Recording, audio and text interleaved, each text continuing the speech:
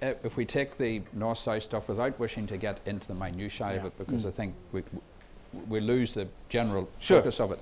But just to put it was one of the defining issues of the week, let's face it. I have to say, for us, when we saw the initial paper, bearing in mind what has been said about, as Don has said, we were aware that you would get something like that dished up. But John Taylor was badly treated in the sense that when he said he wouldn't touch with the barge pole, it was that draft because it was so bad.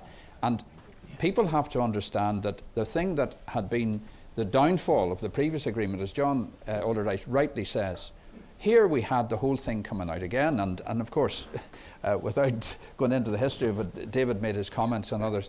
And the other thing I must take issue with, if Liz is saying that we were under the assumption that the British government was batting for us, let me tell you, that could not be further from the truth. Now, in fairness to Paul Murphy, Paul was very open, always was, and very straight with us, and I have to give him credit for that. But, I mean, we never ever assumed for 1 minute that any of our interests were being pursued by the British government. In fact, that was the big mistake I think that Garrett Fitzgerald made, because he assumed, going back some years ago to the agreement of 1985, that in fact the government was speaking for us. It wasn't, and we never saw it in that light. And we assumed that all our activities were being monitored. Whether it was by which side of the Atlantic the monitoring was coming from wasn't particular.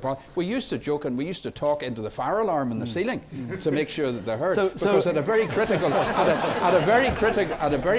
point in the negotiations on the last day, at a very critical point, the phone rang, and here it was Bill Clinton.